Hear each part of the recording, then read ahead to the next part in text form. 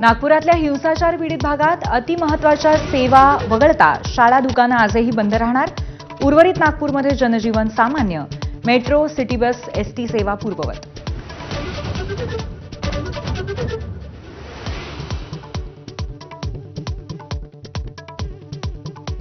नागपुरात चिटणीस पार्क परिसरामध्ये अंधाराचा फायदा घेऊन कर्तव्य बजावणाऱ्या महिला पोलिसाचा दंगेखोरांकडून विनयभंग.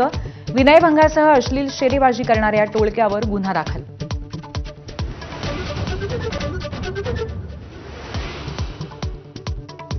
नागपुरातील जाळपोळ आणि दगडफेक प्रकरणातील आरोपींना 21 मार्चपर्यंत पोलीस कोठडी. रात्री 2:30 वाजेपर्यंत जिल्हा सत्र न्यायालयात सुनावणी. आतापर्यंत 46 जण अटकेत.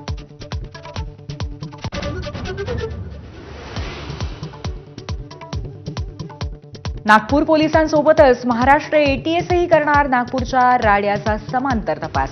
राड्याला चिथावणी कुणाची, कोणती संघटना यामागे आहे का, याचा एटीएस तपास करणार.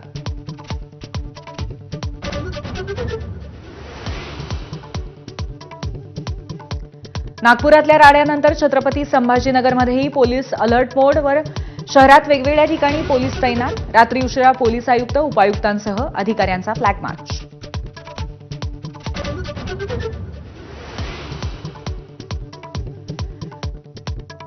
कोल्हापुरात जिल्हा सत्र न्यायालयाने प्रशांत कोरटकरचा जामीन अर्ज फेटाळला.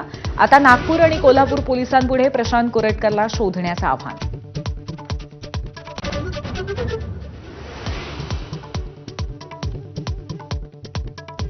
अधिवेशन संपत आलं तरी विरोधी पक्ष नेत्याबाबत निर्णय होईना. भास्कर जाधवांच्या नावासाठी अध्यक्षांच्या अनुमतीची प्रतीक्षा.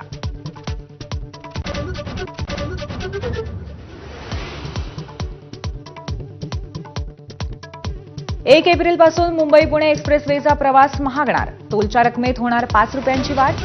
देशातल्या सर्वात महाग एक्सप्रेसवेचा खिताब कायम.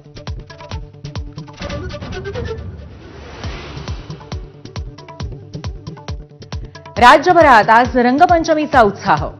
होळीनंतर 5व्या दिवशी लहान थोरांच्या रंगण्या रंगवण्याचा उत्साह शिगेला.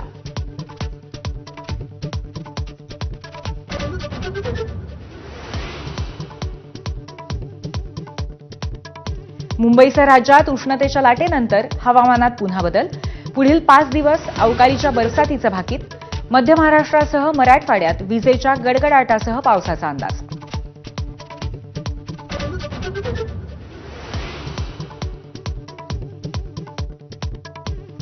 अंतराळवीर सुनीता विल्यम्स पहाटे पृथ्वीवर सुखरूप परतल्या.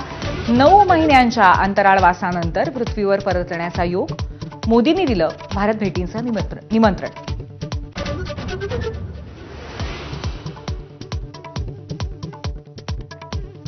शस्त्रसंधी सुरू असतानाच इस्रायलचा गाझापट्टीत हल्ला.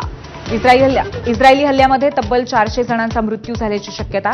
सर्व पोलिसांची सुटका आणि हमासच्या खात्म्याशिवाय हल्ले थांबणार नसल्याचा नेत्यानाहूचा इशारा. Headlines brought to you by Chitale बंधू.